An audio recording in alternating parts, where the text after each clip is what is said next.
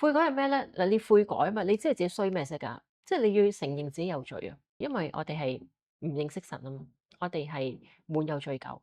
咁我哋承認自己有罪，咁點咧？咁我哋有個懊悔嘅心，我哋嘅生命未有神之前係點樣？真係滿身嘅罪疚。跟住點咧？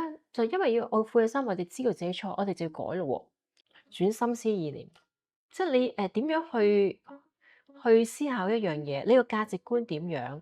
其實要跟住神，你將舊時世界價值觀擺低，去改，攞翻神嗰套出嚟，然之後去繼續喺經歷嘅生命。咁唔止係思想改，但係行為唔改，有冇人咧？會有㗎。我知道係錯咯，知道唔好咯，唔應該咁咯。咁但係佢行為仍然做出嚟。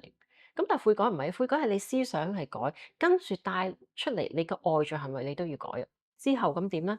跟住神咯，即係悔改裏邊你有愛悔，有轉向，跟住你轉咗向有個地方，你跟住神咯，跟住神係順服佢嘅帶領，然之後認佢係主。認耶穌做救主，仲係認耶穌係你生命嘅主，所以悔改亦都係你跟隨耶穌，佢係主。咁跟住會點啊？你生命咪改變咯。如果我哋放低舊時嗰套，攞咗耶穌嗰套，跟住佢認咗佢做主，即係我哋嘅 priority 擺咗為先，我哋生命一定改變。呢個先係完全嘅悔改。